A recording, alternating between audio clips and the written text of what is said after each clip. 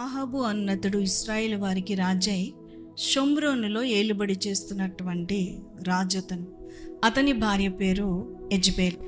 యెజబేలు సీదోనీల రాజు యొక్క కుమార్తె. ఆమె తండ్రి పేరు ఎద్బయేలు. యెజబేలు ఇశ్రాయేలు రాజ్యంలో ఉన్నటువంటి ఇశ్రాయేలు రాజు భార్య అయినప్పటికీ దేవుని ఆజ్ఞలకు విరోధముగా ప్రజలను రేపుతూ బోధిస్తూ దేవుని ఆజ్ఞలకు పూర్తిగా విరోధంగా క్రియ చేస్తున్నటువంటి విరోధపు ఆత్మ కలిగినటువంటి స్త్రీ యెజబేలు.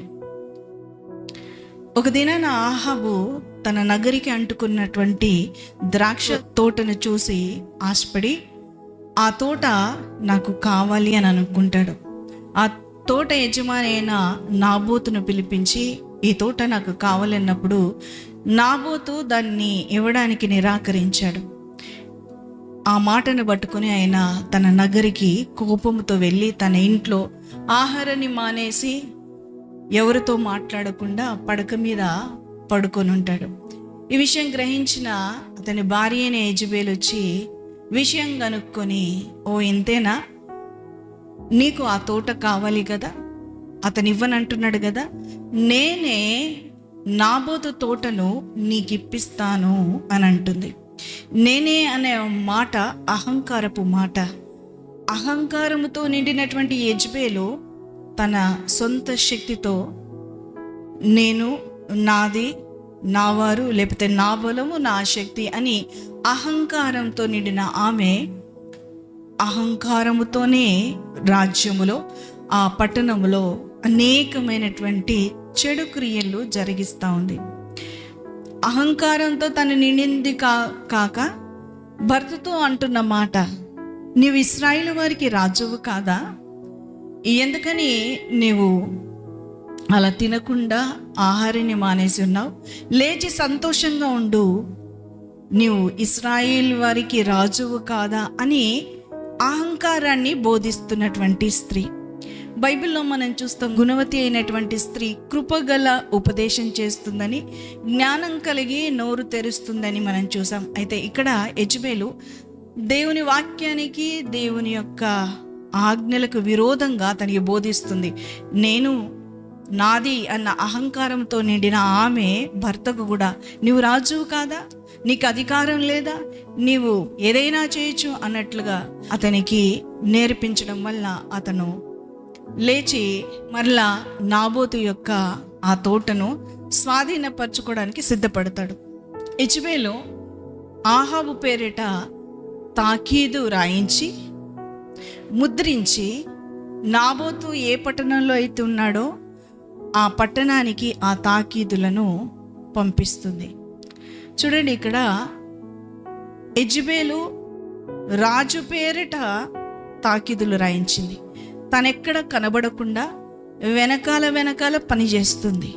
తేలుగదా తన వెనకాల కొండితో కాటేసి ఏమి తెలియనట్టు మౌనంగా ఉన్నట్లు ఇక్కడ యెజబేలు ఆ రాజ అధికారాన్ని తాను ఉపయోగిస్తూ, ఆ రాజముద్రను ఉపయోగిస్తూ తాను ఎక్కడ కనబడకుండా ఇండైరెక్ట్గా ప్రజలకు, రాజ్యానికి, దేవుని బిడ్డలకు ఎంతో కీడును, ఎంతో అపాయాన్ని కలగజేస్తూ ఉంది.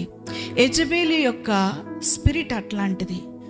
ముందు ఏమనకుండా వెనకాల గుసగుసలాటలు, వెనకాల మాట్లాడడం, కొండాలు చెప్పడం, ఇతరులకు ఆస్తి నష్టం, పరువు నష్టం, ఇతరుల యొక్క పేరు ప్రతిష్టలకు నష్టం కలిగించడమే యెజబేలు యొక్క ఆత్మ. ఈ యెజబేలు అలా రాజు పేరిట తాకీదు రాయించి ముద్రించి నాబోతున్న పట్టణానికి ఆ తాకీదును పంపించినప్పుడు అక్కడ తాకీదులో రాసిన మాట ఏంటంటే, మీరు ఉపవాస దినమును ప్రకటించండి, ఉపవాస దినమును ప్రకటించి 2 పనికిమాలిన సాక్షులను, అబద్ధ సాక్షులను నిలబెట్టమని. ఉపవాస దినాన్ని ఎందుకు ప్రతిష్ఠిస్తారు? ప్రార్థించటానికి, ఆ కఠినమైనటువంటి పరిస్థితులను ఎదుర్కోవడానికి ఉపవాసం ఉండడము, ప్రార్థించడము, స్వస్థతల కొరకు, ఆయా ఆత్మ సంబంధమైన విషయాల కొరకు ఉపవాసాన్ని పాటిస్తారు కదా. ఇక్కడ దేవునికి విరోధమైనటువంటి ఆత్మగా తన సొంత క్రియలు జరిపించుకోవడానికి, తన మనసులో ఉన్నటువంటి ఆశా కోరికలను తీర్చుకోవడానికి, దేవుని నామమును ఊరికనే ఉచ్చరింపవద్దు అన్నటువంటి దేవుని ఆజ్ఞకు విరోధముగా యెజబేలు ఆత్మ క్రియ చేస్తూ ఉంది. ఆ పట్టణ ప్రజలకు ఏం బోధిస్తుందంటే, ఇదిగో ఉపవాస దినాన్ని ప్రకటించండి, అబద్ధ సాక్షులను నిలబెట్టమని. అలాగే ఆ పట్టణంలో ఉన్న పెద్దలు, ఆ పట్టణంలో ఉన్నటువంటి సామంతులు అబద్ధ సాక్షులను నిలబెట్టి, ఉపవాస దినాన ఆ అబద్ధ సాక్షులు నిలబెట్టి సాక్ష్యం చెప్పించి రాళ్లతో నాబోతుని చంపిస్తారు. ప్రియమైన దేవుని బిడ్డలారా, యెజబేలు మొదటి నుంచి చివరి వరకు తన జీవితాన్ని మనం చూసినట్లయితే దేవునికి, దేవుని ఆజ్ఞలకు, దేవుని యొక్క ప్రజలకు, దైవజనులకు విరోధంగా క్రియ చేస్తూనే వస్తూ ఉంది. ఏలియా అనే గొప్ప దైవజనుడు ఆ దైవజనునికి విరోధముగా, రేపు ఈ వేళకు నీ ప్రాణాన్ని నేను తీయకపోతే చూడు అని ప్రమాణం చేస్తుంది. అంతకు క్రితం అనేక మంది ప్రవక్తలను చంపించడానికి ప్రయత్నిస్తుంది. ఇలా దేవుని యొక్క మాటలను, దేవుని యొక్క ప్రజలను, దేవుని యొక్క కార్యాలన్నింటినీ నాశనము చేసే ఆత్మే యెజబేలు ఆత్మ. ప్రకటన గ్రంథం 2వ అధ్యాయం 20వ వచనంలో ఈ మాట సంఘానికి దేవుడు రాస్తున్న మాట. మీ సహనాన్ని, మీ శ్రమను, మీ యొక్క మొదటి క్రియల కంటే కడపటి క్రియలు చాలా అద్భుతంగా ఉన్నాయి, అన్ని విషయాల్లో మీరు బాగున్నారు. అయితే మీ మీద నేను ఒక తప్పు మోపవలసింది. అదేమిటంటే, జారత్వము చేయుటకు, విగ్రహములకు బలి ఇచ్చిన వాటిని తినుటకు ప్రేరేపిస్తున్నటువంటి యెజబేలు అనే స్త్రీని సంఘంలో ఉండనిచ్చారు అని దేవుడు సంఘంపై, విశ్వాసులపై ఒక తప్పు మోపుతా ఉన్నాడు. మారు మనస్సు పొందడానికి నేను యెజబేలుకు అవకాశం ఇచ్చాను, అయితే అది మారు మనస్సు పొందనొల్లదు, కాబట్టి నేను దానిని మంచం పట్టించదను, దానితో పాపము చేసేవాడిని బహుశ్రమల పాలు చేసేదను, దాని పిల్లలను చంపెదను అని దేవుడు సమయం ఇచ్చినా కూడా మారని ఆ యెజబేలు లాంటి ప్రజలకు శిక్ష విధిస్తాడు. అదే సంఘంలో ఉన్న మరికొందరు ప్రజల గురించి దేవుడు అంటున్న మాట, ఇంకా కొందరు ప్రజలు ఆ సంఘంలో ఉన్నారు.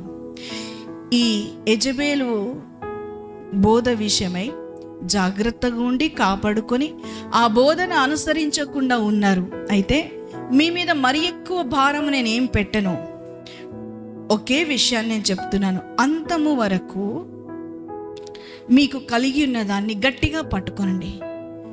నేను జయించిన ప్రకారము మీరును అంతం వరకు జయించినట్లయితే ఇనుప దండముతో మీరు ఏలబోతారు అని చక్కటి మాట, ఒక మంచి ప్రోత్సాహకరమైన మాట సంఘానికి ప్రభు తెలియజేస్తాడు.